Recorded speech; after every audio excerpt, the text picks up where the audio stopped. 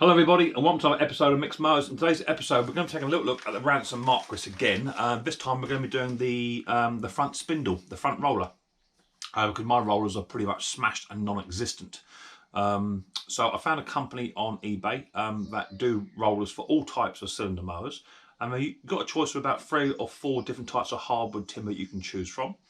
All you've got to do is give them the measurements of your spindle rod and the measurements of your diameter of your roller, or best that you want, and he'll make them up for you. They're all fully treated when they come back, and they look absolutely fantastic. I'm super happy with them. And it will finish this mower off as well, and it will treat the lawn as it goes as well, and does exactly what it should do. So I'm super happy. If this is your first time in watching Micks Mowers, hit the subscribe button, whack your bell, set notifications to all, and give us a thumbs up on your way in or on your way out. We're much appreciated.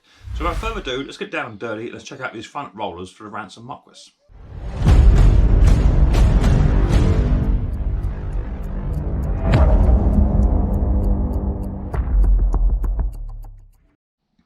Okay, so we are slowly getting there, and I mean slowly, but that's how I want it anyway. I don't want to be rushing this project. So this is what my front spindle currently looks like. I have just loosened my nut off, it was a bit seized. I doubt I'll be painting this. I may very well just sand it back a bit, just get a bit more of a smoother finish than what it is, just sand it back. I should be painting my brackets up and what have you. But if I paint this, then it's not going to interfere with a new roller. So if I just disconnect this nut and the bracketry system, it's got a little wash on there too. Take off one of these spare spacers, and these are my my rollers, and as you can see, full of woodworm in there. I don't actually think these are a hardwood. It is really soft, really light. It may just be the age that they're at, but you know, they're super old. So my Ransom, from what I can see, has come with a 2-inch roller and a 9-inch. So I'm guessing mine had 2 9-inches and a 2-inch roller. That gives you your 20. And this company on eBay that I found, all they require you to do is to get a set of calipers or something similar, whatever it is that you use. I use calipers. One of the best things I've ever purchased. These are. Zero that off to 0. And all he wants you to do is roughly, to whatever suits you, find your best sort of curvature and just take a reading. Now these come out at 56-ish. The wood is very rotten. 56.6 mine coming out. So I've actually requested mine to be 60mm. And all else he requires is actually just your spindle width, or diameter, sorry, on your spindle. And mine comes in at about 14, 14.2. So I've actually said mine is 15 on mine, just to give me just a bit of breathing space. Turn that off. So that's all he requires, information-wise. And do you know what? Fantastic. He even leaves his phone number on there as well, so you can ring him up as well if you've got any special requests. If you want, you know, any additional lines put in or whatever you want, I'm pretty sure the man can fulfill all your needs. So pretty much all I'm going to do is sand that back. Okay, just run that back with a sandpaper, clean that up. I'm going to be spraying these bracketries up as well, so that they'll be done. But I just wanted to show you what this is actually going to look like. And I've got my new rollers here. It comes with instructions, well, not instructions, but sort of care instructions. It says, looking after your roller, to get the best out your rollers and maintain them in good condition, we recommend that you do not allow them to be pushed on hard gravel. Tilt the mower back and let the metal roller do it for the rough and tumble. Try and only let them run on grass. First dry fit of rollers on the spindle to place the right amount of spacers to ensure that the rollers are a snug fit across the spindle. Note the amount of spacers and determine lightly grease or oil the spindle and reassemble. After each mowing, isolate your mower and clean your bottom blades, and apply some WD-40 or something like WD-40. Then wipe your rollers with a soft wet brush and finish off with a damp cloth. Throughout this season, oil between the rollers to ensure they move freely and to eliminate any squeaking that may occur if they're not oiled. The rollers will benefit from re-oiling over the years, and best oil I've found is called Osmos for hardwood decking. It's easy applied with 2 coats, and make sure your rollers are clean and dry, and follow the Osmos instructions. Many thanks. And that's from Safe Mowing. That's from Mike and Judy, and there's an email there. If you want to just get in contact with them outside of eBay, get hold of them there. Let them know that Micks Mowers has sent you over, and he'll sort you right out. He's a super nice fella. So let me just blow that top of his a touch. I've got a massive bee just come in my shed, big bumblebee. I don't even want to put them down there. This is how technical I'm going to get. I don't even want to put them down on a dirty surface. It's going to be used for mowing eventually, but I want to reassemble it first. Let's just put that down there. Might going to help that bee out. I think he's got a bit stuck in the old cobweb. I think. Oh no, he's all right.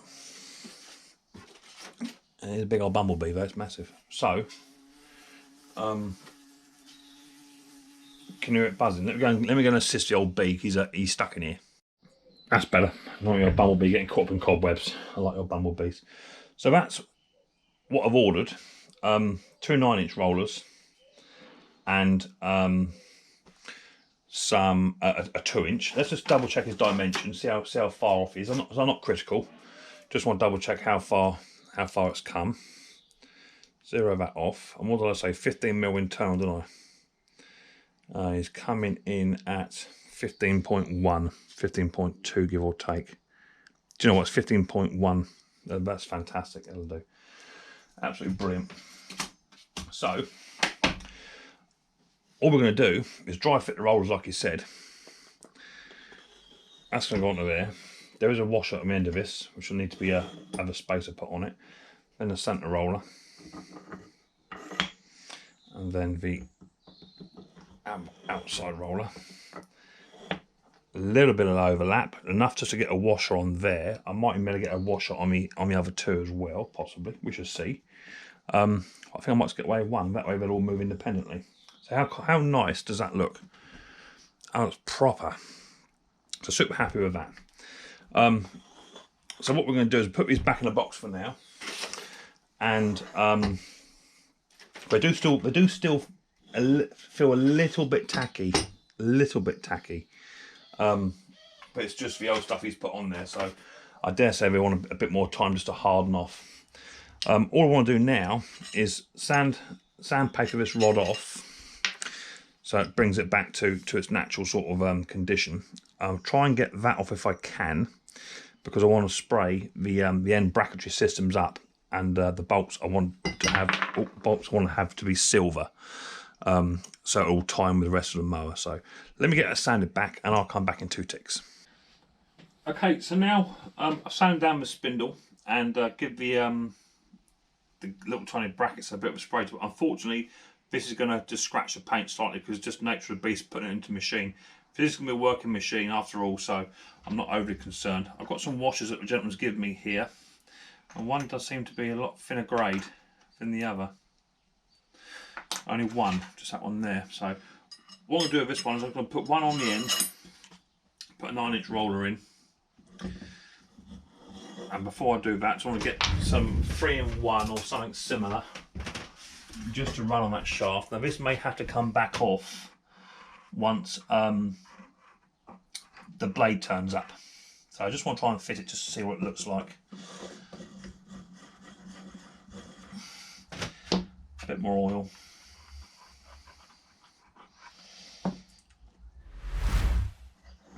Run that one off. A bit more oil. And then run the last one on, like so. And then the bracketry should all fit.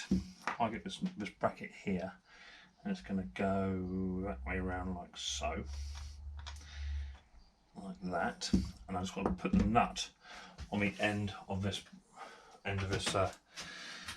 bar, end of this spindle. Do that nice and tight. I'll come back and then we'll fit it on. It's only 2 bolts, but that go onto this.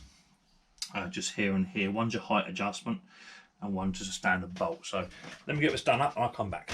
Okay, that nut's now done up. Not tight. The rollers do free spin as well. They do move independently and what have you. They're bed in as well. A bit of wear and tear, and they're bed in nicely. So That's all good.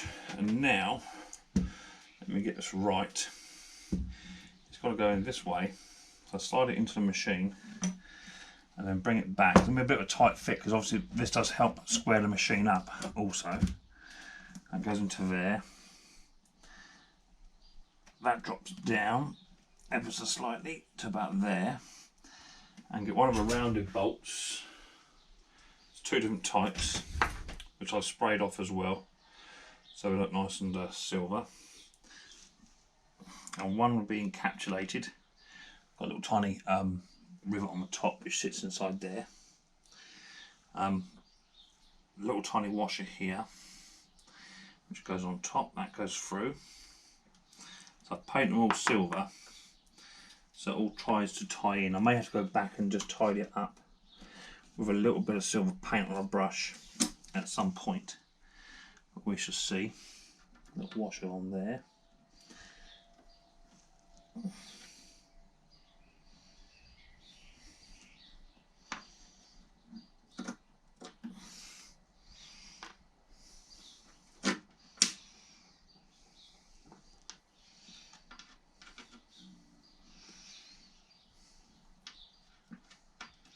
And we'll just do that one up very slowly.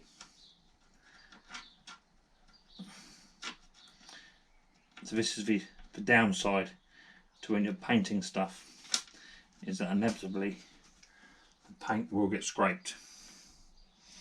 But that's the nature of the beast. So that one goes there, that one goes over the other side, and then you've got one here which has got like a square fitting on it, and that goes just on here. A little square fitting this side of it. So this is for your height adjustment. So let's just bring that down to about there. That one goes all the way through, locks onto the other side, and then we'll have a washer to get onto the back of that one, which I've just dropped. So scared of dropping stuff because, as I say, there's not many parts for these. So that's that side done. Let me switch around. I'll nick these up very slightly. For that has to be very tight initially. I'm going to set it up to quite a high setting, just so it's well off the ground. To about there. We'll be fine. It's already marked the paint, but there you go. That's what it is. Can't really odds it. Do that one up.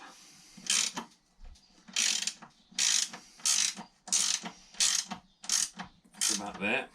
That'll do. I'm just going to nick this one up as well.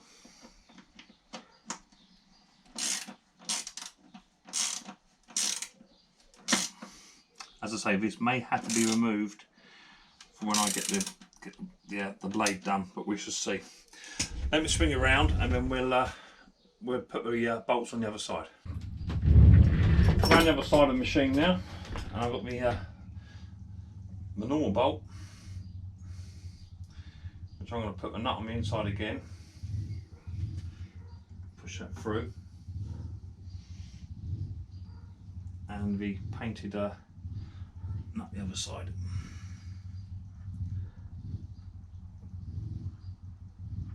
Get on there. Wind that one up. Get him started. Then this one again has got the square fitting on it, which is encapsulated. It should go on somewhere like so. And then a couple of washers. I do like the way it sprays silver. It does just sort of finish it off, but as I say, a bit of touching up may be required at the end of this. But this is going to be a working machine. This isn't going to be just something sat in a shed just to look pretty. I'm going to use this.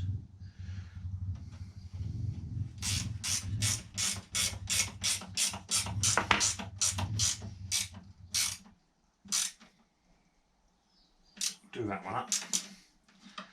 And then there's one down the bottom here to do.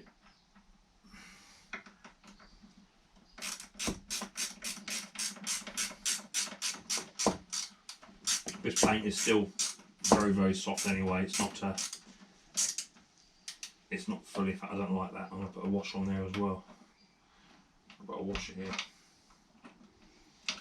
to stop that gorging into the paint just before it did. Look like it.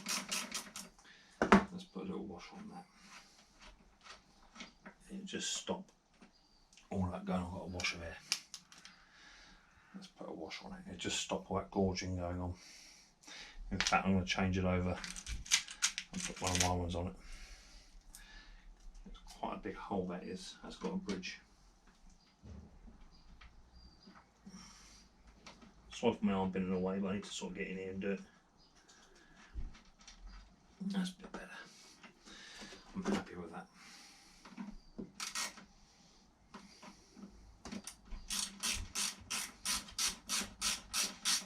That'll go up tight.